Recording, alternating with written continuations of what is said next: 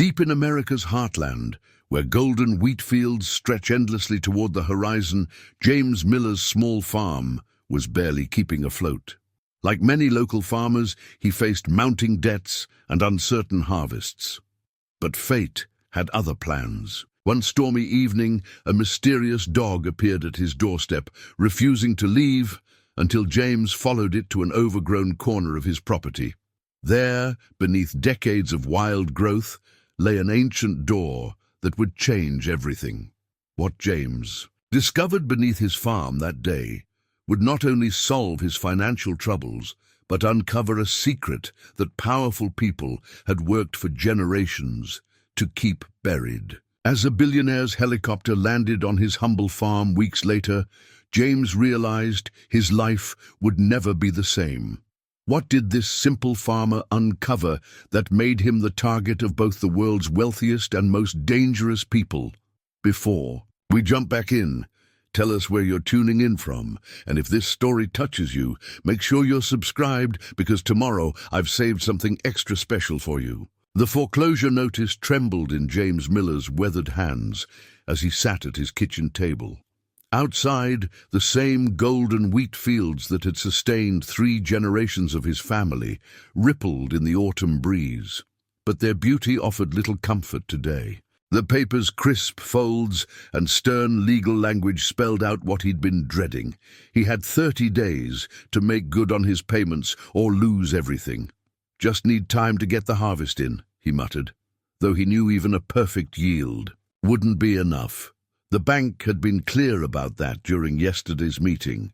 Mr. Peterson, the loan officer who'd known James since high school, couldn't even meet his eyes as he delivered the news. "Market rates what they are, James.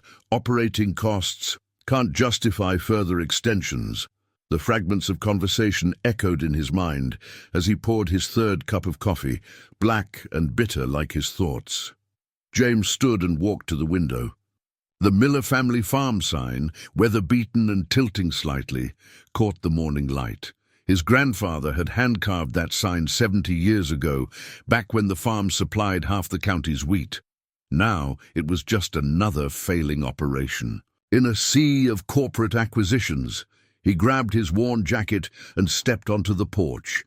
The morning air carried the sharp bite of approaching winter, and overhead, heavy clouds threatened rain. Perfect weather for what he needed to do. Walk the property one last time, see it all with clear eyes before making any final decisions. The eastern field came first, where his father had taught him to drive a tractor at age 12. Then the north pasture, where summer storms always struck hardest. Each step carried memories, each view held stories. The farm wasn't just land, it was the repository of his family's history. Near the old oak that marked the property line, something caught his eye. Movement where there shouldn't be any. James squinted against the grey morning light. A dog, he realized, large and lean, watching him from the edge of the untamed section of his land, not one he recognized from neighboring farms. "Hey there," he called softly, but the dog didn't approach or retreat. It simply stood, alert and focused, as if it had been waiting for him. Its fur was a peculiar silver grey that seemed to shift in the dim light, and around its neck something metallic glinted. James took a step forward. The dog maintained its distance, but turned its head toward the overgrown corner of the property, a section his family had never cultivated, where the ground was too uneven for farming. His grandfather used to say there were old foundations there from the town's earliest days. The dog barked once, sharp and clear, then took several steps toward the wild growth before looking back at James expectantly. There was an intelligence in its eyes that gave him pause. This wasn't some lost pet seeking shelter. "What is it, boy?" James asked, taking another step forward. The dog responded by moving further into the overgrown area, then stopping to ensure James was following. Despite the pressing weight of his financial troubles, despite the rational voice telling him he was wasting precious time, James found himself drawn forward by the dog's strange behavior. He pushed through shoulder-high weeds, following the flash of silver fur. The ground beneath his boots felt odd, too firm in places, with hollow-sounding spots that made him step carefully. The dog led him deeper into the uncultivated corner, where ancient oak trees had grown wild and thick. Somewhere in the distance, thunder rumbled. The storm was rolling in faster than expected, but James barely noticed. His attention was fixed on the dog, which had finally stopped at what appeared to be a small clearing. As James approached, the animal sat down, its eyes fixed on him with an almost human intensity. What happened next would change everything, though James didn't know it yet. He was still just a farmer following a strange dog, still just a man about to lose his family legacy. But as the first heavy drops of rain began to fall, as he stepped into that clearing and saw what the dog had led him to, the world he knew began to shift on its axis.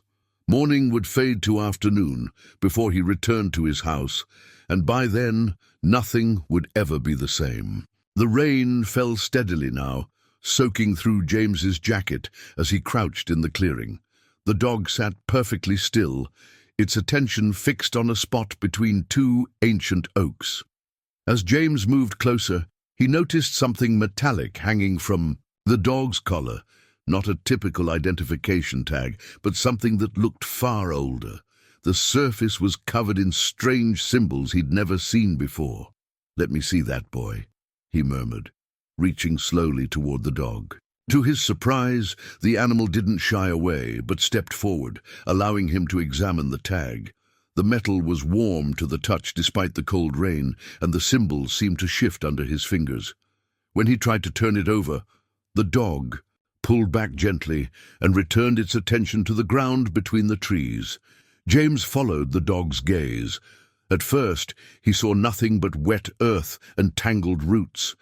But as he brushed away some fallen leaves, his hand struck something solid. Not stone, not wood, metal. What the hell? He cleared more debris, revealing an edge of what appeared to be a large circular plate embedded in the ground. The dog whined softly and pawed at the earth beside it. Working with growing urgency, James used a fallen branch to scrape away decades of accumulated soil. The plate was enormous, at least 6 feet in diameter, and covered in the same strange symbols he'd seen on the dog's tag. Around its edge, he found what looked like a series of deep grooves. The dog circled the plate restlessly, stopping at regular intervals to nose at specific points along its circumference. James watched this behavior with increasing fascination. "You've done this before, haven't you?" he asked. The dog's ears perked up at his voice, but it continued its methodical circuit. Thunder cracked overhead, and James realized he'd lost track of time. The storm was directly above them now, but he couldn't bring himself to leave. Something about this discovery felt important, more important than staying dry, more important than the bank notice waiting on his kitchen table. He ran his fingers along one of the grooves, finding it surprisingly clean despite years of exposure. The dog immediately came to his side, pressing its nose against a specific point on the plate. When James touched that spot, he felt a slight give, like a button waiting to be pressed. "Here goes nothing," he whispered, and pushed. A deep, mechanical groan emanated from beneath the plate so low he felt it more than heard it. The dog stepped back, tail wagging, as segments of the metal disc began to move. Decades-old gears ground against each other as the plate split into sections, each rotating and sliding with surprising precision. James stumbled backward, watching in disbelief as a dark opening emerged where solid ground had been moments before. Stone steps led down into darkness, their edges worn smooth by countless feet that had traversed them long ago. The dog barked once and took a step toward the opening. A gust of stale air rushed up from below, carrying the musty scent of enclosed spaces and forgotten secrets. James hesitated at the threshold, every rational thought telling him to walk away, to return to his problems with the bank and the farm. Problems he at least understood. But the dog was already descending, its silver fur gleaming in the dim light. It looked back at him expectantly, just as it had done when leading him to this spot. The tag around its neck caught a flash of lightning, the symbols momentarily blazing with an inner light. James Miller had made many decisions in his life, some good, some bad, most somewhere in between. But standing there in the rain, staring down into that impossible opening with a mysterious dog as his guide, he knew this choice would define everything that came after. He took out his phone and turned on its flashlight. The beam seemed feeble against the darkness below, but it was better than nothing. With one last look at the storm-dark sky above, James took his first step down into the unknown. The dog led the way, its paws silent on the ancient stone. Neither of them noticed the small drone hovering high above the trees, its camera recording everything. The stone steps descended in a tight spiral, each worn smooth by countless footsteps from a forgotten age. James's phone light cast strange shadows on the walls, which were lined with precisely cut stones that fit together so perfectly he couldn't slip a knife blade between them. The craftsmanship was unlike anything he'd ever seen. 20 steps down, the air grew noticeably cooler. 30 steps, and the sound of rain from above faded entirely. At 40 steps, James found himself in a circular chamber roughly 20 feet across. His light beam revealed walls covered in more of the strange symbols he'd seen on the dog's tag and the entrance plate. "This is impossible," he muttered. The dog, which had been waiting patiently at the bottom of the stairs, padded across the chamber to a particular section of wall. There, mounted at waist height, was an ornate iron handle crafted in the shape of intertwining serpents. Their eyes were set with what looked like small gemstones that caught his light and reflected it with unusual intensity. James approached the handle carefully, studying its craftsmanship. Like everything else he'd seen so far, it showed remarkable preservation despite its apparent age. He reached out to touch it, then hesitated. "What do you think, boy? More surprises?" The dog's tail wagged once, and James could have sworn it nodded. Taking a deep breath, he grasped the handle. It was warm to the touch, just like the tag had been, and seemed to vibrate slightly under his fingers. When he tried to turn it, nothing happened. Frustrated, James examined the handle more closely. The serpent's bodies formed an intricate pattern, and something about it seemed familiar. He pulled out his phone and photographed the dog's tag, then held the screen next to the handle. The symbols matched perfectly. "It's a key," he realized. "The tag is some kind of key." He reached for the dog's collar, but before he could touch it, the animal shook its head vigorously. The tag swung forward and touched the handle on its own. A deep click echoed through the chamber, followed by the sound of machinery coming to life somewhere within the walls. The section of wall containing the handle swung inward smoothly, revealing a corridor that stretched into darkness. The air that rushed out was surprisingly fresh, carrying hints of paper, metal, and something else, something electrical. James stepped through the doorway, his light revealing modern additions to the ancient stonework. Electric conduit ran along the ceiling, disappearing into the darkness ahead. The floor showed signs of recent foot traffic, scuff marks in the dust that couldn't be more than a few weeks old. "Someone's been down here," he whispered. The dog growled softly in response, hackles rising slightly. James felt the hair on the back of his neck stand up. They weren't alone in this underground maze. The corridor branched ahead, one path continuing straight while another curved to the right. The dog seemed uncertain for the first time, looking down both passages before sitting down at the intersection. James studied both options carefully. The straight path showed more signs of recent use, but something about the curved passage caught his attention. A faint breeze carried the smell of old paper from that direction. "Papers mean records," he reasoned aloud. "Records mean answers." The dog's ears perked up at this, and it rose to follow as James took the curved path. They walked for several minutes, the passage gradually widening until it opened into another chamber, this one clearly modified for modern use. Metal filing. Cabinets lined one wall, their surfaces free of dust. A desk held an older model computer, its screen dark, but power light blinking steadily. But it was the opposite wall that drew James's full attention. There, illuminated by his phone light, hung an enormous map covered in pins and strings connecting various locations. At its center was his farm, marked with a red pin larger than the others. As he stepped closer to examine the map, his foot struck something that skittered across the floor. The dog quickly retrieved it, an ID badge that must have been dropped recently. The photo showed a stern-faced man in a suit, and the logo at the top belonged to one of the largest agricultural corporations in the country. "What the hell have you led me into?" James asked the dog. Before the animal could respond in its mysterious way, a sound echoed from the corridor behind them. Footsteps drawing closer. Someone else had decided to visit the underground chamber, and judging by the dog's suddenly aggressive stance, they weren't friendly. James quickly switched off his phone light, plunging the chamber into darkness broken only by the computer's blinking power indicator. The footsteps grew closer, accompanied by the murmur of voices. The dog pressed against his leg, nudging him, toward a heavy wooden cabinet in the corner. Understanding instantly, James eased behind it, finding just enough space to squeeze through. The dog followed silently, its silver fur barely visible in the darkness. They'd hidden just in time. Flashlight beams swept into the room, accompanied by 2 sets of footsteps. "Someone's been here recently," a male voice said. "The door upstairs was activated 20 minutes ago."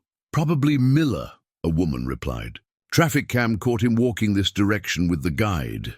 The guide? James glanced at the dog, which remained perfectly still beside him. These people knew about it. How did it find him? After all these years of keeping this place hidden. "Above. Our pay grade. Just check if anything's been disturbed and let's go. The curator wants an update." James held his breath as flashlight beams played across the room. From his hiding spot, he could see the legs of the intruders as they moved around. One approached the computer, tapping keys briefly before cursing under their breath. "Systems locked up again. It needs to get down here and update these machines." "Leave." "It. What about the ledger?" "Still sealed. He hasn't found it yet." The footsteps retreated, voices fading down the corridor. James waited several long minutes before daring to move. The dog immediately went to the desk, pawing at one of the drawers. Using his phone light again, James examined it carefully. The drawer was locked, but unlike the modern filing cabinets, this was clearly original to the underground chamber. The keyhole bore the same intricate designs he'd seen on the entrance plate and handle. Once again, the dog presented its tag. Inside, the drawer lay a single leather-bound book, its pages yellow with age, but perfectly preserved. The cover bore no title, only more of the mysterious symbols embossed in faded gold. When James opened it, he found pages of handwritten text in multiple languages, some familiar, others completely foreign. But interspersed among the text were passages in English, dated 1872. "The society maintains its vigil, though forces of industry and progress threaten our sacred trust. The land must remain untouched, its secrets buried, until the appointed time. We have sealed the lower chambers and distributed the keys among the guides, those faithful guardians who will recognize the worthy when they appear." James's hands trembled as he turned the pages. The journal continued through multiple generations of writers, each adding their own observations and warnings. The most recent entry was dated just 15 years ago. Corporate interests grow bolder. They sense something beneath these fields, but know not what. "We have modernized the security systems, but maintain the old ways as well. The last guide has been dispatched. When it chooses a keeper, the next phase will begin." A noise from the corridor snapped James back to the present. Without thinking, he slipped the journal into his jacket. The dog approved, wagging its tail once, before leading him toward a section of wall he hadn't noticed before. Like the entrance above, this panel swung silently open at the touch of the dog's tag. revealing a narrow passage. They emerged into a different part of the complex, this one untouched by modern additions. The air was older here, thick with the weight of centuries. Stone shelves lined the walls, holding artifacts that made James's breath catch. Metallic devices of unknown purpose, crystals that seemed to glow faintly in the darkness, and scrolls, preserved in glass tubes, but they couldn't stay to examine them. The dog was already moving purposefully forward, leading him deeper into the maze of underground chambers. James followed, his mind racing with questions. What was this society?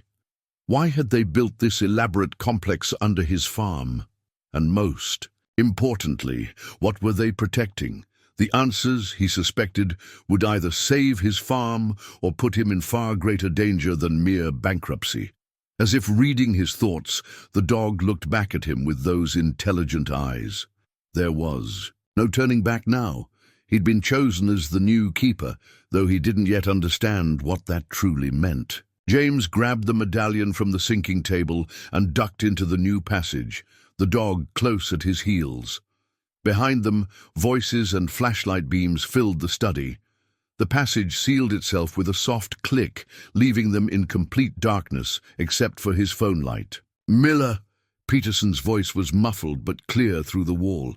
"The foreclosure doesn't have to happen. Agritech is prepared to make a very generous offer." James moved quietly down the passage, mind racing. The bank notices, the foreclosure, a threat, all orchestrated to pressure him into selling.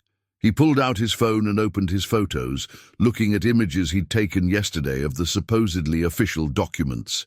The letterhead was perfect, but now he noticed a tiny discrepancy in the routing numbers. The dog stopped suddenly, blocking his path. Ahead, a red LED blinked in the darkness, a modern security camera. They'd already modified these tunnels. James checked his phone signal. None. At least they couldn't track him that way. "We need another route," he whispered to the dog. The animal turned down a narrower side passage, one untouched by modern equipment. The walls here were rougher, the air undisturbed for decades. They emerged into what looked like a security office from the 1950s. Dusty filing cabinets lined the walls, and a large corkboard held black and white photographs. James's breath caught as he recognized his grandfather in one of them, standing beside his newly purchased tractor. The photo was labeled Surveillance 1954 and stamped Subject Unaware of Society Presence. More recent photos showed James himself, checking his mailbox last week, meeting with Peterson at the bank, even walking the property that morning. The most recent showed him following the dog to the entrance. These were marked with Agritech's logo. A manila envelope lay on the desk, fresh among the dust. Inside, James found surveillance reports detailing his daily routines, financial records, even transcripts of his phone calls. His entire life had been monitored, waiting for the right moment to pressure him into selling. The dog growled softly, pawing at a fallen paper. It was a memo dated yesterday. Subject shows signs of financial stress. Proceed with Operation Acquisition. If peaceful transfer fails, prepare contingency plan.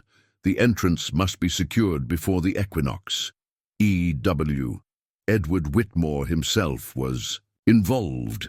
This went higher than James had imagined. A noise from above made both man and dog look up, the distant thrum of helicopter blades. Through a ventilation shaft, James caught glimpses of searchlights sweeping his fields. They weren't even trying to be subtle anymore. The dog nudged his hand urgently. Time to move. But as they turned to leave, James caught sight of one last photo that chilled him to the bone. His father, 20 years ago, speaking with a young Edward Whitmore. The caption read, "Final negotiation rejected. Proceed with alternative solution."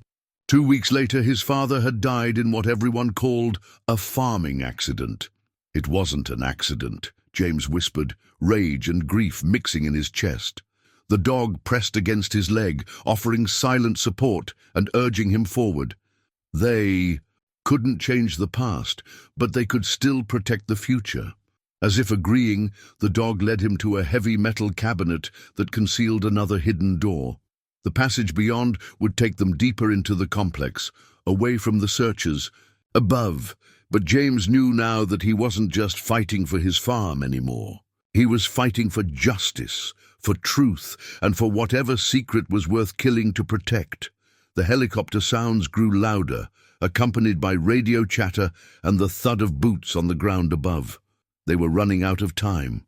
James took one last look at the surveillance photos, committed them to memory, and followed the dog into the darkness. Whatever lay ahead, there was no turning back now. James found himself in a circular study that seemed frozen in time. Gas lamps, somehow still functioning, cast a warm glow across wooden panels and leather-bound books. At the center stood a massive oak table, its surface inlaid with the now familiar symbols. A brass medallion was mounted at its heart, larger and more elaborate than the tag on the dog's collar. With trembling fingers, he pulled out the journal and laid it on the table. The dog settled into a watchful position by the door as James began to decode the entries, using the medallion's symbols as a reference key. July 15th, 1872, he read aloud. The railwaymen came again today, offering twice the previous sum. They speak of progress, of connecting the coasts, but their instruments betray their true purpose. They seek what lies beneath, though they know not what they detect. The next entry caught his eye, dated a month later. We have completed the new chambers. The artifacts are secure. Brother Hamilton's modifications to the guide system are ingenious. The creatures are more than mere dogs now. They carry within them fragments of the old knowledge, passed down through generations of their kind. James looked at his silver companion. Is that what you are? Some kind of enhanced guardian? The dog's tail thumped once against the floor, neither confirming nor denying. He continued reading, pieces falling into place. The society had been formed centuries ago, its members drawn from both scientific and mystical traditions. They had discovered something in this region, something that required protection, not just from theft, but from discovery itself. A loose page slipped from between the journal's leaves. A newspaper clipping from 1947. Agricultural Consortium purchases failed rail project lands. The accompanying photograph showed a group of men in suits, their faces confident and stern. One face stood out, circled in faded ink. Below it was written, Clayton Whitmore, Society Infiltrator. James pulled out his phone and searched the name. The results made his blood run cold. Clayton Whitmore was the grandfather of Edward Whitmore, current CEO of Agritech Global, the same corporation whose badge he'd found in the map room. They've been trying to find this place for generations, he whispered. The dog growled softly in agreement. An aged letter, written on society letterhead, provided more clarity. The Whitmore situation grows dire. He has used his corporate resources to acquire surrounding properties, attempting to triangulate the entrance locations. The guide program must be accelerated. When the last of us is gone, they alone will remember the true purpose of our work. James's attention was drawn to a more recent addition, a USB drive tucked into the journal's back cover. He hesitated, then plugged it into his phone. A single video file opened, showing an elderly man in the same study where James now sat. To the chosen keeper, the man began, his voice weak but urgent. If you're watching this, the final guide has found you worthy. What we protect here is beyond price, beyond corporate greed or government control. The lower chambers contain... Static interrupted the video. When it cleared, the man was looking over his shoulder in fear. They're coming. Remember, the medallion is the key to the inner sanctum. Trust the guide, trust the signs. And whatever you do, don't let them... The video cut off. James looked up to see the dog standing alert, ears forward. Distant footsteps echoed through the corridors again, but these were different, heavier, more numerous. The search party had brought reinforcements. He quickly gathered the journal and USB drive. then studied the medallion. Unlike the other symbols he'd seen, these seemed to shift and change as he watched, forming new patterns that tugged at his memory. The dog whined softly, pressing its tag against a small indentation at the medallion's edge. There was a click, and the entire table began to sink into the floor, revealing a new passage. But before James could move toward it, a voice echoed from the corridor outside, one he recognized from his meeting at the bank yesterday. "Mr. Miller, we know you're down here. Let's talk about your farm's future." Mr. Peterson, the loan officer, had just revealed his true allegiance, and judging by the approaching footsteps, he wasn't alone. The new passage opened into a room unlike any James had seen before. Brass and copper machinery lined the walls, their surfaces etched with flowing symbols. At the center stood a pedestal supporting a bronze ring the size of a dinner plate, mounted so it could rotate. The outer edge bore markings similar to those on the medallion, while the inner surface contained letters, numbers, and astronomical symbols. "A decoder," James breathed, recognizing its purpose. The dog barked softly in confirmation, then used its nose to turn the ring until certain symbols aligned. The mechanism clicked, and hidden drawers in the pedestal slid open. Inside, James found stacks of documents spanning centuries. Many were written in code, but some had already been translated. He began to read, the dog keeping watch at the door. Final report on the anomaly, 1847. The disturbances grow stronger with each passing equinox. Our instruments detect energies unknown to modern science, yet oddly similar to ancient descriptions. In texts from multiple cultures, the native peoples who once held these lands spoke of a gateway. We believed them superstitious until our measurements proved otherwise. A technical diagram followed, showing ley lines converging beneath his farm. Modern notations had been added in the margins, bearing Agritech's logo. They'd found part of the society's research. James turned to another document, this one translated from what appeared to be Latin. "The gate must never be opened out of sequence. The energies contained within follow patterns we barely comprehend. In the wrong hands, they could tear reality itself. We build these chambers not to harness this power, but to protect the world from it." The dog whined and pushed against the decoder ring again, aligning new symbols. A hidden compartment opened, revealing a small bronze keycard, covered in the same shifting patterns as the medallion. When James held them together, the patterns synchronized, forming new configurations.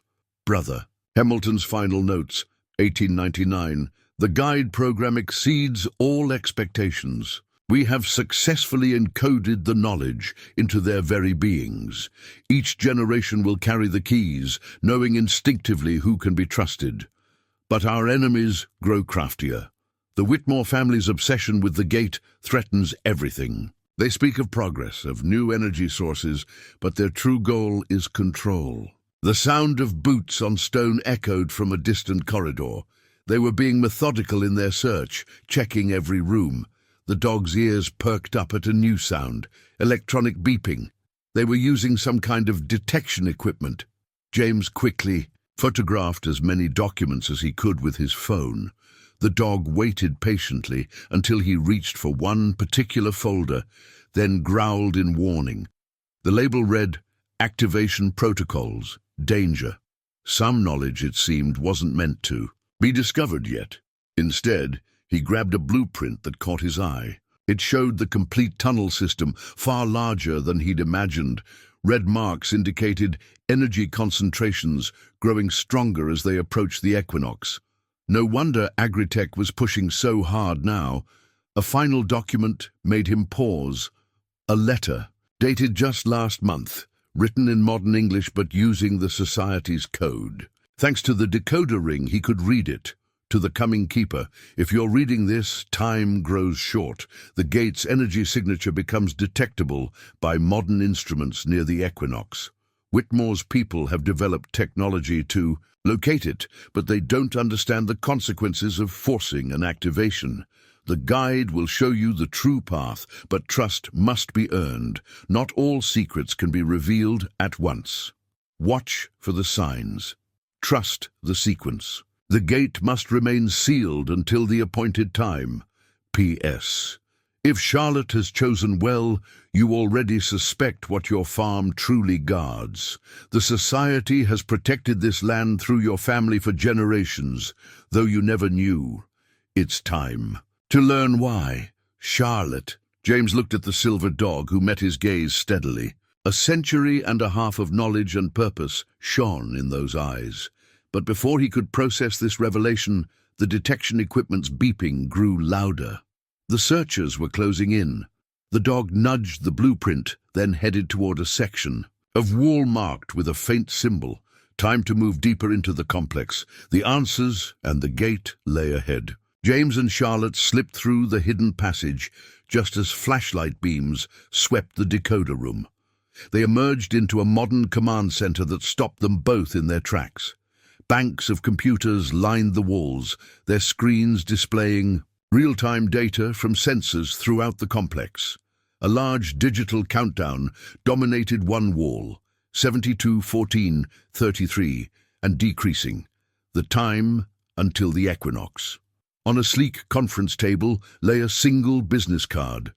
Marcus Chen, Chief of Special Projects, Agritech Global. Below that, handwritten, Mr. Miller, let's discuss your future. The choice is still yours. Charlotte growled at the card, but James picked it up. The back showed a phone number and a note. We're not the enemies the society painted us as. Some doors are meant to be opened. A nearby monitor caught his attention. It showed thermal imaging of the tunnel system with a bright spot marking their current location. Other heat signatures moved through the complex, at least a dozen searchers. But it was another reading that dominated the display. A massive energy signature deep below, growing stronger by the hour. They're tracking us right now, James muttered. Charlotte barked softly and pawed at a desk drawer.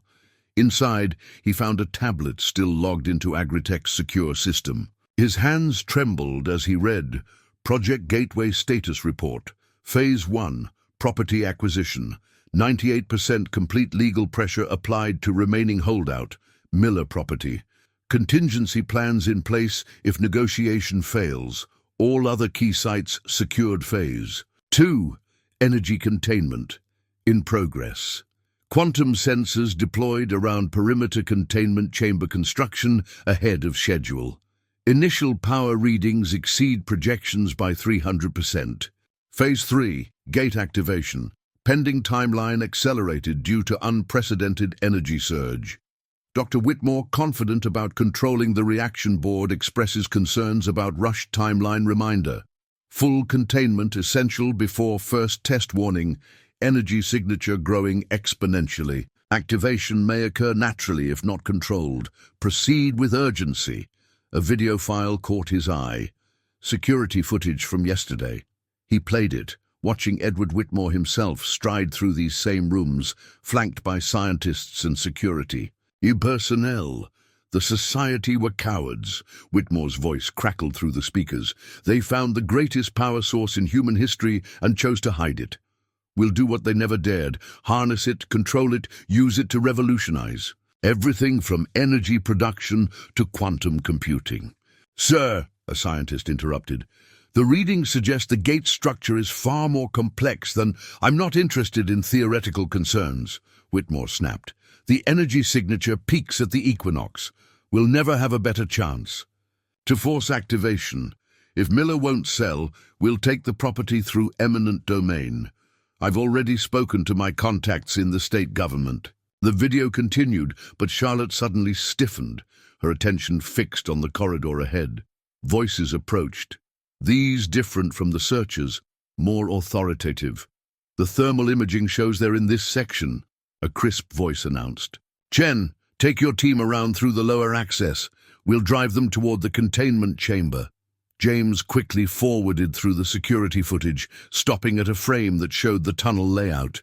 There was another exit, hidden behind. A vault's server bank, but before they could reach it, the voices grew closer. "Mr. Miller," Marcus Chen's voice called out, "I'm unarmed. I just want to talk." Footsteps entered the room. "You've seen our research now. You understand what's at stake. Agritech can offer you wealth beyond imagination." James held his breath, pressed against the hidden door as Charlotte stood guard.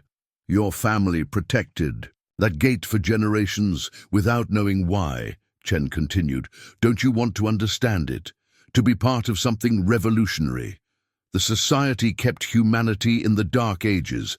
We're offering enlightenment." The footsteps drew nearer. Charlotte's hackles rose, but she remained silent. "Think about it, James. You're facing foreclosure. Your farm is failing. We're offering you a place in history. All you have to do is step aside and let progress take its course." James looked at the thermal imaging screen, watching the heat signatures converge on their position. They were running out of options, but Charlotte's steady gaze reminded him of everything he'd learned about the gate's true nature, about his family's legacy, about the price of progress at any cost. He squeezed the medallion in his pocket and made his choice. James pressed the medallion against a hidden panel, and the false server bank slid aside silently. He and Charlotte slipped through just as Chen's flashlight beam swept their previous position. The passage sealed behind them, leaving them in a narrow maintenance tunnel that hummed with the sound of ancient machinery. "They're in the walls," Chen's muffled voice called out. "Get the structural scans up. Find them."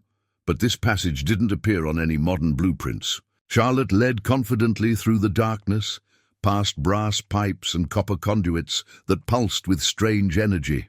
James's phone light revealed an ancient map etched into the wall, showing a vast network of tunnels extending far beyond his. "Improperty. It's not just under my farm, is it?" he whispered. Charlotte's tail wagged once. "No, the network spread out like a web, connecting dozens of locations across the county. Many corresponded to properties Agritech had acquired over the years." They emerged into a massive circular chamber that took James's breath away. Concentric rings of stone platforms descended toward a central pit, each level marked with astronomical symbols. Ancient mechanisms clicked and whirred, tracking celestial movements with impossible precision. This was the real control room, far more sophisticated than Agritech's modern monitoring station. The gate isn't just a power source, James realized, studying the intricate patterns. It's some kind of alignment system. Charlotte led him to a pedestal covered in star charts. The patterns matched the ones from the decoder ring, but here they moved and shifted in real time. Another countdown appeared, but this one was different. From Agritech's version, it measured something more complex than simple time. A journal lay open beside the charts, its pages filled with urgent warnings. The gate follows cycles within cycles. The equinox is merely the first key. Forcing it open without understanding the full sequence would be catastrophic. The energy must be channeled through all nodes in the correct order, or the consequences could ripple across dimensions. James checked his phone's photos of the blueprints against the ancient map. Agritech had found some tunnels, but they'd completely missed the larger pattern. They were like children playing with matches, unaware they were sitting on an interdimensional powder keg. Charlotte barked softly, drawing his attention to a hidden drawer. Inside lay a brass compass unlike anything he'd seen before. Instead of pointing north, its needle responded to the energy flowing through the chamber. The dog touched her tag to its surface, and new markings appeared around the edge. "A navigation system," James breathed. "You've been using something like this all along, haven't you?" The dog's eyes held ancient wisdom. The society hadn't just trained their guides. They'd given them tools that modern technology still couldn't match. Distant explosions echoed through the tunnels. Agritech was getting desperate, blasting their way through walls. The chamber's mechanisms whirred faster, responding to the disturbance. "They'll tear the whole system apart at this rate," James muttered, studying the star charts. The alignments were growing critical. Agritech's deadline was wrong. They had far less time than they thought. Charlotte suddenly stiffened, her attention fixed on a dark archway. Another explosion rang out, closer this time, and dust rained from the ceiling. But that wasn't what had alarmed her.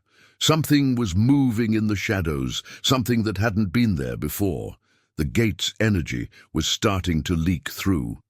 James raised his phone light, illuminating a patch of air that seemed to ripple and twist. Through it, he caught glimpses of somewhere else, somewhere that shouldn't be possible. The society hadn't just built this complex to contain power, they'd built it to hold back chaos itself. A final explosion rocked the chamber. Through the settling dust, flashlight beams appeared in multiple doorways. They'd been surrounded. Remarkable, isn't it? Edward Whitmore's voice echoed across the chamber. The CEO himself stepped into view, wearing an expensive suit incongruous with the underground setting. Your family protected this for generations without understanding what they had. But now, it's time to stop hiding humanity's greatest discovery, Charlotte growled, positioning herself between James and the newcomers. But they both knew they were running out of options. The gate was destabilizing, Agritech's forces had them cornered, and the true deadline was approaching faster than anyone realized. The question was, did James dare reveal what he'd learned about the chamber's real purpose, or would that knowledge only make Whitmore more dangerous than he already was? Whitmore's security team spread out around the chamber's upper rings, their weapons trained on James and Charlotte. The CEO descended the stone steps with the confidence of a man used to getting his way, a thick contract folder tucked under his arm. "Your grandfather almost signed with us," Whitmore said conversationally, as if they were meeting in a boardroom rather than a mysterious underground chamber. He was more practical about progress. "But your father," he sighed. "Well, let's just say his unfortunate accident could have been avoided." James's fists clenched. Charlotte pressed against his leg, a reminder to stay calm. The dimensional anomaly behind them rippled wider, casting strange shadows. "You don't understand what you're dealing with," James said, watching the ancient mechanisms spin faster. "This isn't just about power generation. The whole system is interconnected. If you force the gate open, save the society's fear-mongering," Whitmore interrupted, opening the contract folder. "We've spent decades studying these energy signatures. Our containment technology is worthless," James cut in. "Look at your own readings. The energy isn't just growing, it's changing frequency. Your sensors can't track the deeper patterns." For the first time, uncertainty flickered across Whitmore's face. He pulled out a tablet, checking the latest data. "That's impossible. Our models are incomplete." James pointed to the star charts. "This isn't just about the equinox. It's about alignments within alignments. The society spent centuries mapping the cycles. You're seeing maybe 10% of the actual system." The contract slipped from Whitmore's hands as he stared at the dimensional tear. His scientific mind couldn't deny the evidence before him. "Tell me what you know," he demanded. "We can work together. Name your price." James felt the weight of the medallion in his pocket, the ancient brass warm against his leg. Charlotte's tag glowed faintly, resonating with the chamber's energy. He had a choice to make, and not just about the farm anymore. The contract lay open at his feet. The numbers were staggering. Enough money to save not just his farm, but every struggling family property in the county. All he had to do was step aside, let Agritech take control. Part of him was tempted. Wasn't progress inevitable? But then he looked at Charlotte, at the wisdom and warning in her eyes. He thought of his father, of all the generations of millers who had been part of something larger than themselves. The society hadn't chosen his family by accident. Another explosion shook the chamber. Chunks of ancient stone fell from the ceiling. The dimensional tear pulsed, showing glimpses of impossible landscapes. Warning lights flashed on Whitmore's tablet. "Sir!" Chen's voice was urgent. "The energy readings are off the charts. We need to evacuate. No one is going anywhere, Whitmore snapped. Miller, this is your last chance. Work with us, or I'll have you removed and take control anyway. The property rights were never yours to take, James said quietly. He pulled out the medallion, its surface now glowing like Charlotte's tag. My family didn't just own this land. We were chosen to protect it. The gate isn't meant to be opened by force. It's meant to be understood. The chamber's mechanisms reached a fever pitch. The star charts blurred with motion. Charlotte barked, a clear warning. Time was up. Last chance, Whitmore. Order your people out, or what happens next is on your head. The CEO's face hardened. Take him! But before the security team could move, Charlotte touched her tag to the central platform. The medallion in James's hand pulsed in response. Ancient symbols around the chamber blazed to life, and James understood what he had to do. Sometimes, the hardest choice is the only right one. As he raised the medallion, James thought of his father, standing firm against corporate pressure all those years ago. Now, he knew why. Some things were worth more than money.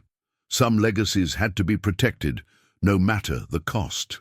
The choice had been made. What happened next would change everything. The medallion's light pulsed through the chamber, activating ancient symbols in a cascading wave. Security team members backed away, weapons wavering. But one person stepped forward. Sarah Peterson, James's neighboring farmer and family friend, dressed in agri-tech tactical gear. "James, stop!" Her voice carried authority he'd never heard before. "I can explain everything." Charlotte's growl deepened. The dog had known all along. Those surveillance photos in the security office. Sarah had been in the background of several. "Watching reporting? How long?" James asked, keeping the medallion raised. "How long have you been working for them?" 15 years. Sarah's face showed genuine regret. "Since they found the energy readings on my property. But it's not what you think. Show him, Edward." Whitmore pulled up a series of photographs on his tablet. They showed Sarah's father and James's father meeting with society members decades ago. "The society wasn't just protecting the gate," Sarah said. "They were studying it, preparing for something. Our parents were both part of it, but your father wanted to shut everything down." The dimensional tear rippled violently, expanding. Through it, James caught glimpses of other chambers, other versions of this moment, playing out across realities. The gate wasn't just a door. It was a nexus point. "Your father discovered something in the lower chambers," Whitmore added. "Something that scared him enough to betray his own society oath. He was going to seal the gate permanently, destroy decades of research. We couldn't let that happen. So you killed him." James's voice was ice. "We tried to reason with him," Sarah pleaded. "The gate's energy could solve the world's problems. Clean power, advanced technology, dimensional research. But he was willing to bury it all." Charlotte barked sharply, drawing James's attention to the star charts. The alignments were accelerating, patterns shifting faster than human eyes could follow. The society's warnings about sequences and timing suddenly made horrible sense. He found out the truth, James realized. The gate isn't meant to be opened at all. It's meant to be sealed because something is trying to get through. The security team's radios crackled with static. Strange lights danced through the chamber. In the dimensional tear, shadows moved with purpose. Sarah raised her hands placatingly. "James, please. Agritech has containment technology your father never knew about. We can control it this time. The society was wrong. Progress can't be stopped." "Progress?" James laughed bitterly. "Look around. You're all so busy trying to control this power that you can't see what's really happening. The gate isn't a tool. It's a barrier, and it's failing." Whitmore's tablet beeped urgently. Energy readings were spiking across the network. Other dimensional tiers were opening at different sites, all the properties Agritech had acquired. They'd unknowingly bought up every anchor point in the containment system. "Sir," Chen's voice shook, "we're detecting massive quantum fluctuations. The models—" "This isn't possible. Shut everything down," Whitmore ordered. Initiate containment. Protocols. But it was too late. The ancient mechanisms had accelerated beyond their ability to control. The society's countdown reached some critical threshold, and the chamber itself began to transform. Charlotte pressed her tag against James's leg, urging him toward a previously hidden alcove. Inside, he found one last society message, written in his father's hand. "To my son, if you're reading this, you've discovered the truth. The gate must be sealed every cycle, or the barriers between worlds break down. Agritech's experiments have weakened the entire system. Only the proper sequence can repair it now. Trust the guide, follow the signs. And James, I'm sorry I couldn't tell you myself. Some burdens pass from father to son, ready or not." The chamber shuddered. Reality itself seemed to flex. Through the expanding tear, countless eyes watched with hungry interest. Whitmore's containment systems sparked and failed as ancient powers overwhelmed modern technology. "Last chance," James announced, understanding finally what had to be done. "Clear the chamber, or what comes through won't be your clean energy breakthrough." Sarah stepped toward him. "James, you don't understand." But Charlotte's warning, growl, stopped her cold. The dog's silver fur rippled with otherworldly energy as the gate's power built toward some catastrophic peak. The choice between trust and betrayal had been made. Now came the hard part, dealing with the consequences. As chaos erupted in the chamber, Charlotte suddenly darted to a fallen section of wall. Behind the ancient stones lay a modern dead drop, a weatherproof USB drive attached to a handwritten note. James recognized the handwriting. "Peterson's, from the bank." "Get that!" Whitmore shouted, but his security team was too busy dealing with equipment failures as supernatural energy surged through the chamber. James snatched the drive and note, backing toward the relative safety of the alcove. As reality buckled around them, the note was brief. "James, if you're reading this, I'm probably dead. They don't let people leave Agritech's inner circle. The truth about the gate is on this drive. Your father helped me compile it. Use it wisely. Tom Peterson." While Whitmore and his team scrambled to restore their failing systems, James plugged the drive into his phone. Charlotte stood guard, her fur blazing with energy as she held the dimensional tear at bay. Documents flooded his screen. Decades of hidden research, surveillance reports, and private communications. But it was a video file that caught his attention, dated the day before his father's death. "James, if you're watching this, I failed to stop them." His father looked exhausted, worried. "Agritech doesn't understand. The gate isn't just a doorway. It's part of an ancient defense system. What lies on the other side has been trying to break through for millennia. The society was founded to maintain the barriers." The video cut to technical diagrams showing energy flows through the tunnel network. The equinox is when the barriers are weakest, but it's also when they can be reinforced if the proper sequence is followed. Agritech's experiments are weakening everything. Their containment technology is actually making things worse, creating resonance patterns that static interrupted as something massive moved through the dimensional tear. James caught glimpses of impossible geometries, of awareness that defied human comprehension. The video stabilized. "The medallion is the key, son. The dog, your guide, knows the sequence. But timing is critical. Miss the alignment and the barriers fail completely. I've hidden the final protocols." The recording ended abruptly, but other files began opening automatically, showing the true scope of Agritech's operation. They hadn't just bought up farms. They'd systematically undermined the society's entire containment network. "Sir!" Chen's voice was panicked. "The quantum readings. They're showing intelligence. Active intelligence. Whatever's on the other side, it's been waiting for this." Whitmore stared at his failing equipment, his empire of scientific certainty crumbling. "Shut it down. Shut everything down." "You can't," James said, reading through his father's notes. "The gates are connected. Destabilize one, you destabilize them all."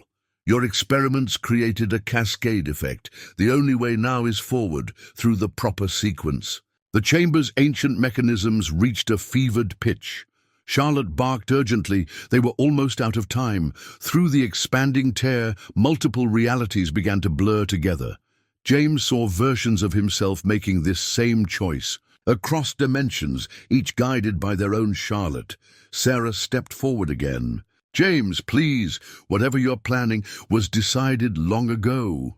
He held up the medallion, now pulsing in sync with Charlotte's tag. "You all thought you were so clever, buying up the farms, infiltrating the society, but the society chose the Millers for a reason. This land, this legacy, it was never about farming." Understanding dawned on Whitmore's face as he finally grasped the truth. His containment technology hadn't failed because it was flawed. It had failed because it was never meant to succeed. The society's system wasn't about containing power. It was about channeling it. James raised the medallion higher as Charlotte took up position at the chamber's center. Around them, reality itself held its breath. The next few moments would determine not just the fate of his farm, but the integrity of dimensional barriers that had protected humanity since ancient times. The true purpose of his inheritance was finally clear. But with that knowledge came a terrible choice, one that would demand a price his father had already paid. The question was James willing to pay it too? The chamber's ancient mechanisms groaned as multiple dimensional tiers began to merge. Through the chaos, James saw his phone lighting up with emergency alerts. Similar phenomena were being reported across the county. At every property Agritech had acquired. "Your containment facilities," he called to Whitmore.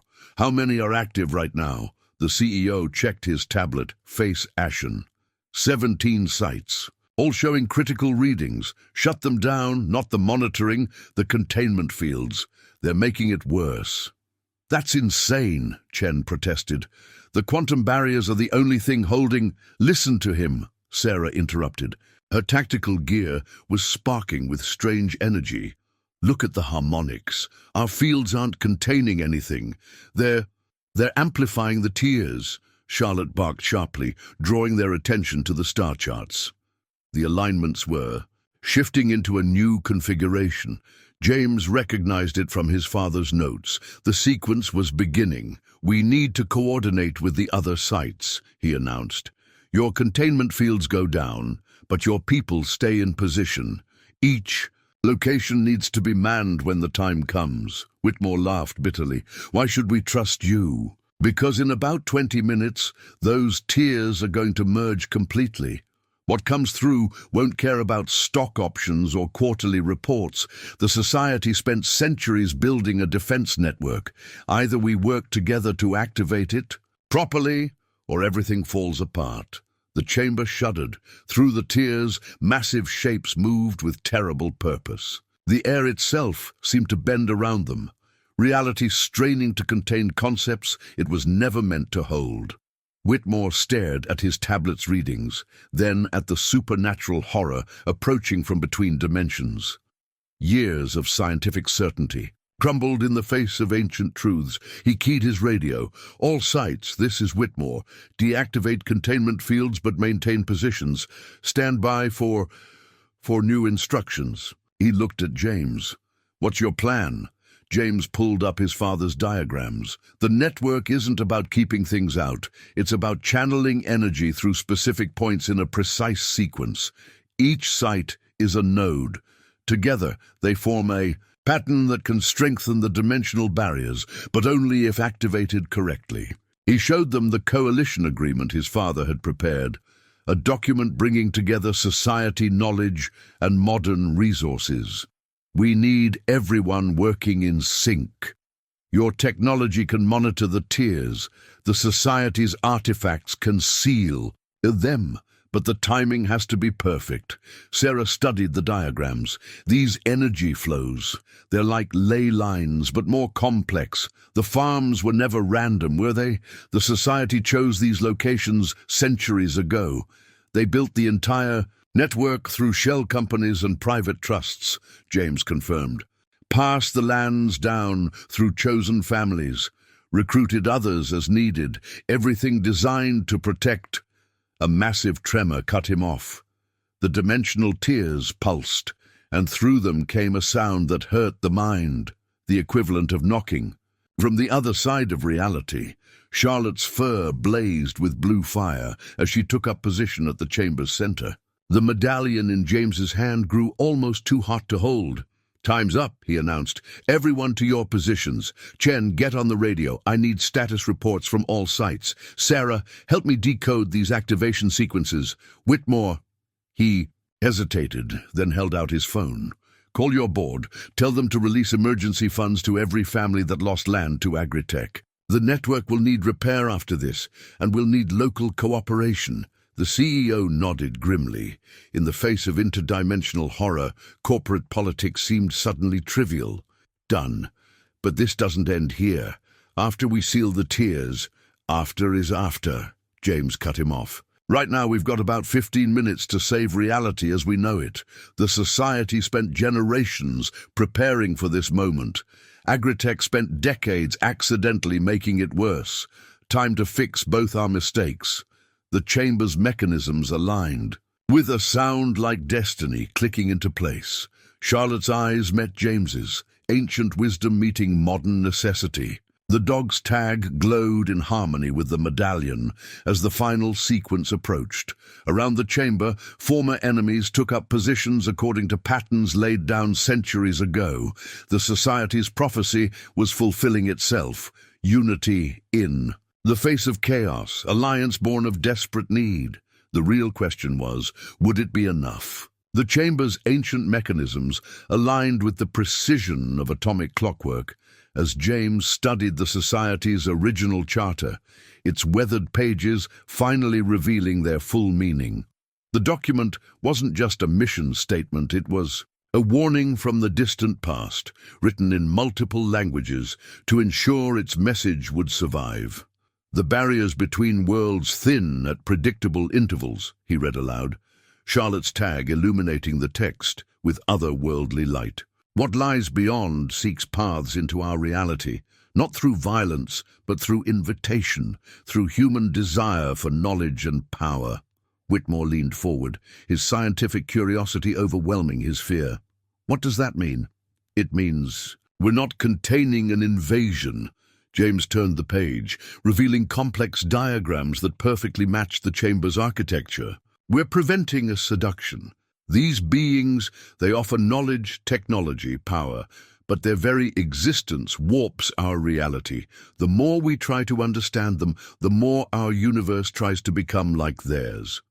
The dimensional tiers pulsed as if in confirmation. Through them, geometry shifted in ways that made human minds recoil. But there was also beauty there, terrible, compelling beauty that promised answers to every question humanity had ever asked. "Your containment fields," James continued, "they didn't fail because they were flawed. They failed because they worked too well. You created perfect observation chambers, not realizing that observation itself was the problem. The more we study them, the more power they gain here."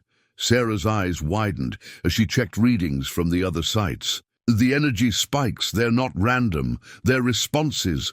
Every time we activated our instruments, we gave them another foothold," Chen finished. "Our whole research program was exactly what they wanted." James held up the charter. "The society understood this centuries ago. That's why they built a deflection system, not a containment system. The gates don't seal them out. They redirect their influence along safe channels, bleeding off the energy without allowing direct contact." Charlotte barked urgently, drawing their attention to the star charts. The alignments were entering their final configuration. But now they could see it wasn't just astronomical bodies moving into position. Reality itself was reaching a critical juncture. "All sites reporting ready," Chen announced, his radio crackling with interdimensional static. "But we're seeing massive energy buildup. Whatever's coming through is coming through because we invited it," James said. Decades of agri-tech research trying to harness the gate's power. It was like leaving doors unlocked and windows open. But the society built in a fail-safe. He pointed to symbols running through all their documents. A message hidden in plain sight. A reset switch triggered by the proper sequence. The medallion pulsed in his hand, responding to something in the chamber's depths. Charlotte took up position at the center of the ancient mechanisms, her form shifting between silver, dog and something older, more elemental. The guides, Sarah breathed. They're not just guardians, are they? They're the key. James finally understood what his father had discovered. Not just dogs enhanced by the society. They're interfaces, living bridges created to interact. With these energies safely, Charlotte doesn't just know the sequence, she's part of it. The chamber trembled as reality stretched dangerously thin. Through the tears, impossible voices offered impossible gifts. Knowledge beyond human comprehension, power beyond mortal limits, solutions to every crisis facing their world.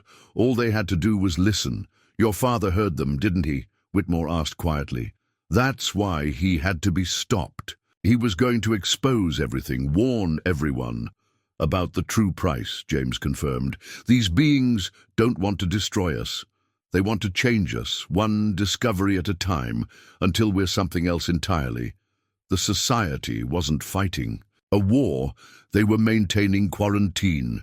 Charlotte's bark echoed with harmonic overtones as the final alignment approached. Around the chamber, ancient symbols blazed to life, revealing patterns within patterns. The society's true legacy wasn't about keeping secrets. It was about saving humanity from its own curiosity.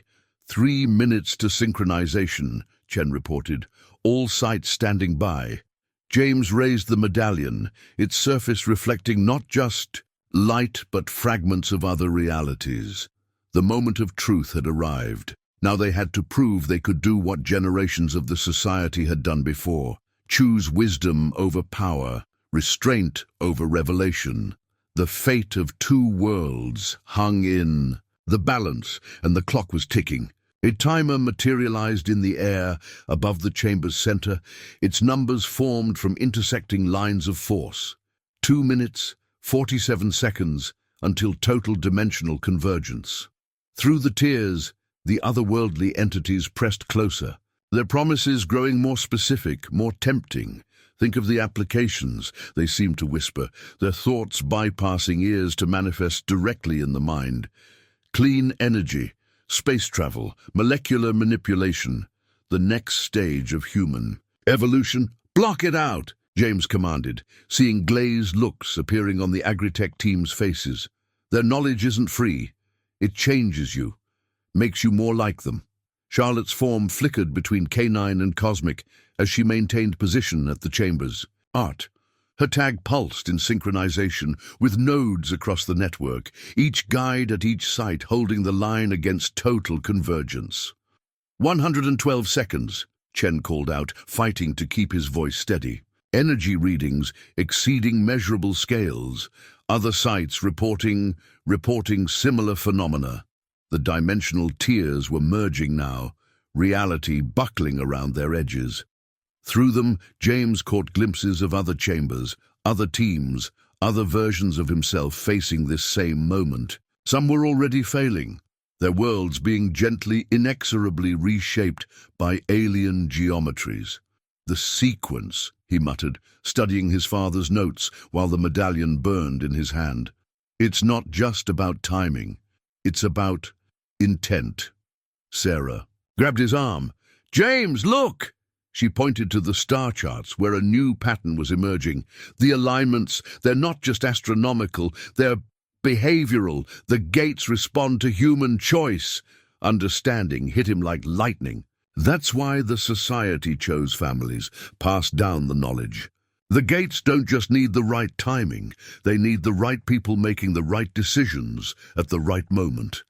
90 seconds, Chen announced. His instruments were smoking, quantum readings spiraling into impossibility. Whitmore stepped forward, his face haunted. All these years, we thought we were unlocking the future, but we were just opening ourselves to infection. There's still time. James raised the medallion. But I need your help, all of you. The society built redundancy into the system. Each node needs to be activated by both the old ways and the new. What do you need? Whitmore's voice held none of its former corporate authority, only determination. To fix what his company had broken. Your containment fields weren't completely wrong, just aimed the wrong way. We can use them to amplify the society's deflection system, but it has to be voluntary. Everyone at every site has to choose to give up the power they thought they'd found. 75 seconds, Chen reported. The other tiers showed more chambers aligning, more versions of themselves preparing for synchronization.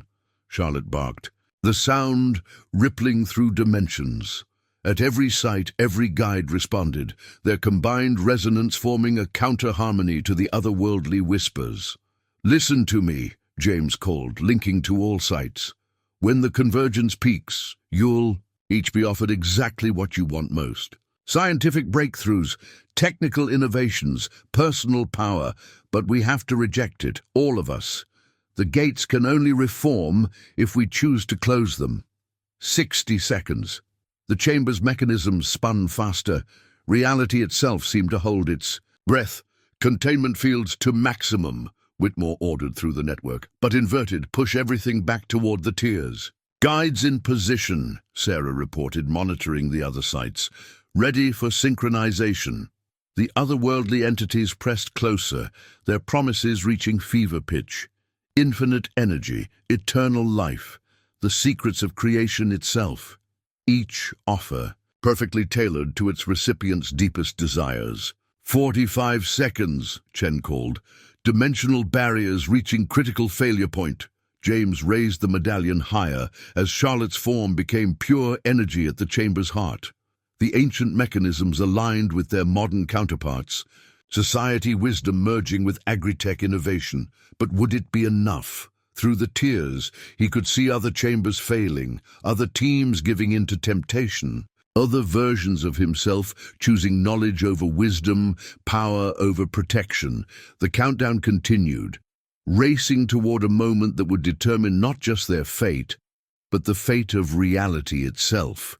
The question wasn't whether they could seal the gates. The question was, could human nature overcome its own worst instincts? The original Miller family deed materialized in the air before James, its ancient parchment glowing with otherworldly light. But this wasn't the mundane property document he'd grown up seeing. This was its true form, a contract written in multiple dimensions, binding his bloodline to a purpose greater than farming. 30 seconds, Chen called out, his voice barely steady. Quantum barriers failing at all sites. The entities pressed closer, their offers becoming desperately specific. They showed James his father alive again, his farm prosperous beyond. Imagination, his name in history books as the man who revolutionized human understanding of the universe. All he had to do was lower the medallion. Charlotte's energy form pulsed at the chamber's heart, her consciousness touching his. She showed him other realities, other chambers where the temptation had won, worlds gently warped into impossible geometries, humanity slowly transformed into something no longer recognizable as itself. 20 seconds. The chamber's mechanisms reached impossible speeds. Other sites reporting multiple breaches. Through the tiers, James saw other versions of himself giving in. The knowledge was too valuable, the power too great to resist.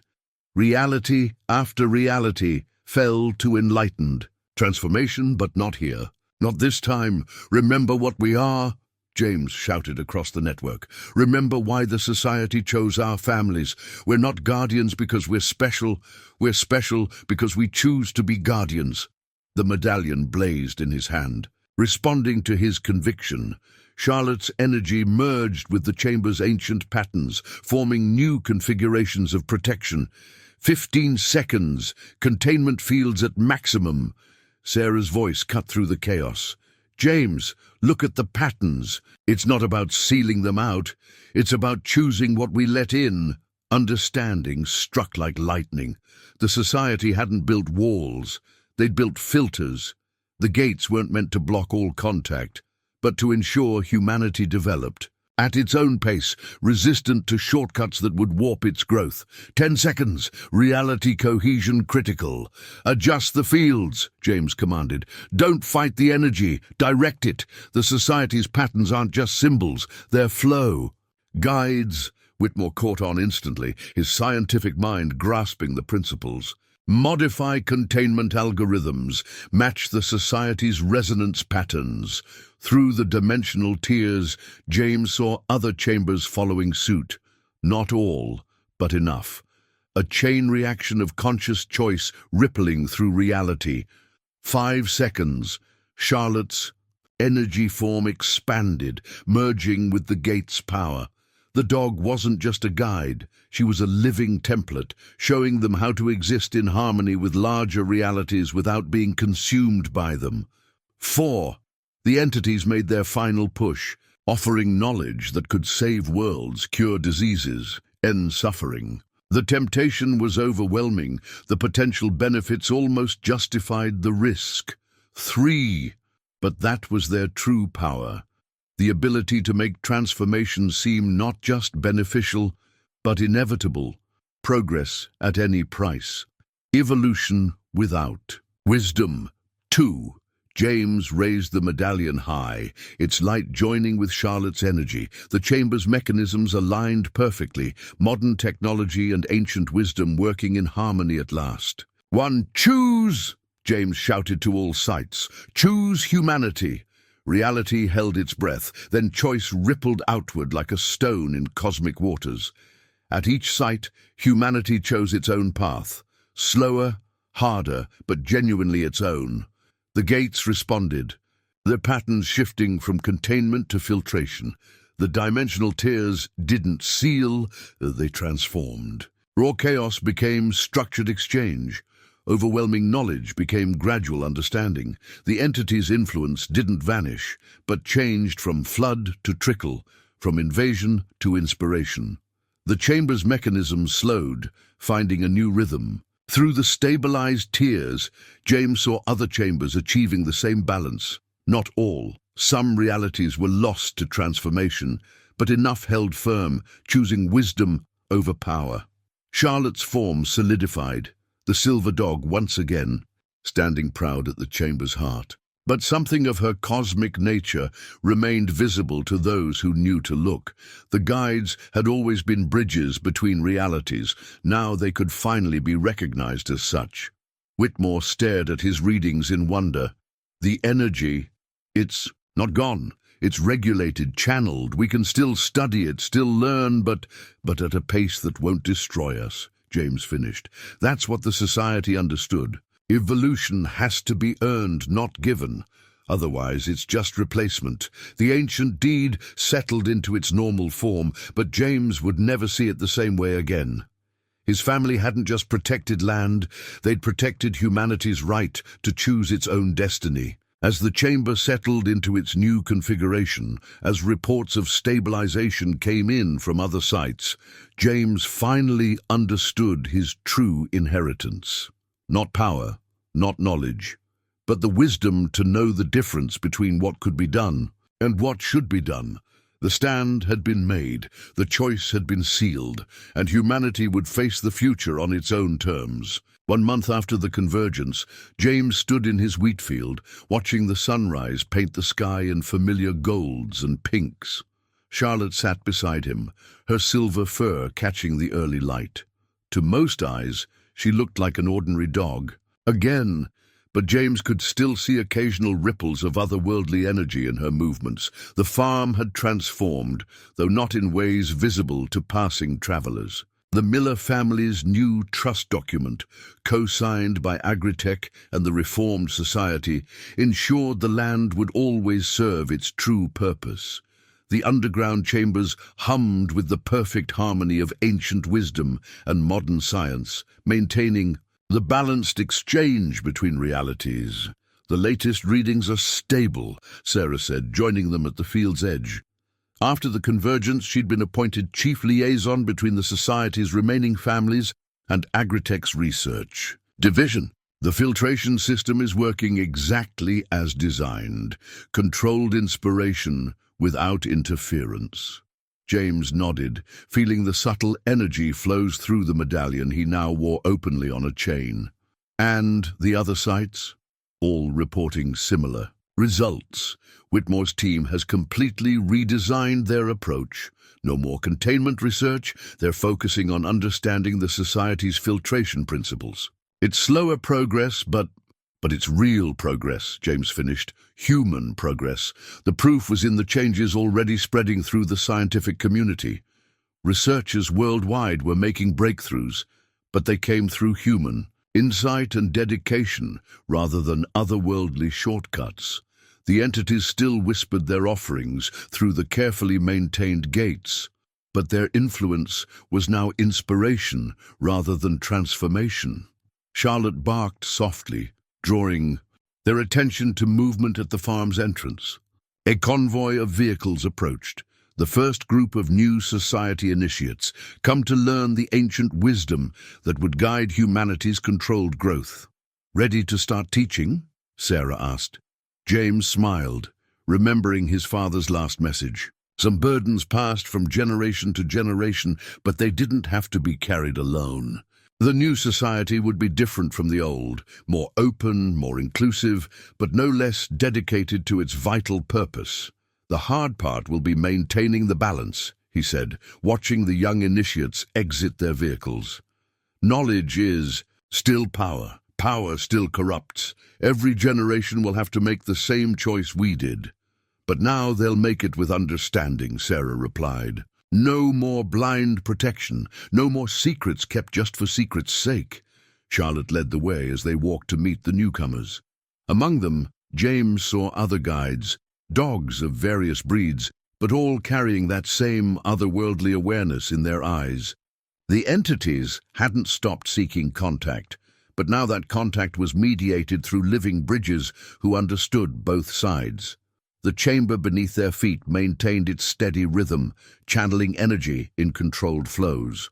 Through the stabilized, tears, knowledge, and inspiration passed in measured doses, allowing humanity to grow at its own pace. The gates weren't just barriers anymore. They were filters, ensuring that progress served wisdom rather than replacing it. "Mr. Miller?"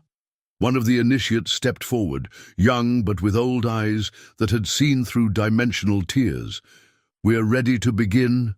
James touched the medallion at his chest, feeling the weight of responsibility balanced by the lightness of shared purpose. His farm would never just be a farm again, but perhaps it never had been. The fields above would still grow wheat, but the true crop was understanding, cultivated carefully, harvested in its proper time. "Welcome to the first day of your training," he said. "You're here because you face the same choice we all did. Wisdom over power, growth over transformation. What we're going to teach you isn't just about protecting humanity from outside influences. It's about protecting our right to choose our own path." Charlotte barked in approval, her tag glowing. Briefly with interdimensional light, above them, the morning sun continued its eternal rise, shining down on a world that looked the same, but had fundamentally changed. Humanity had chosen its path, accepting the harder road of earned evolution over gifted transformation. The future stretched out before them, full of challenges but also possibilities. They would face it together, guided by both ancient wisdom and modern innovation, protecting humanity's growth while ensuring it remained genuinely human. It was a new horizon, dawning one carefully measured step at a time.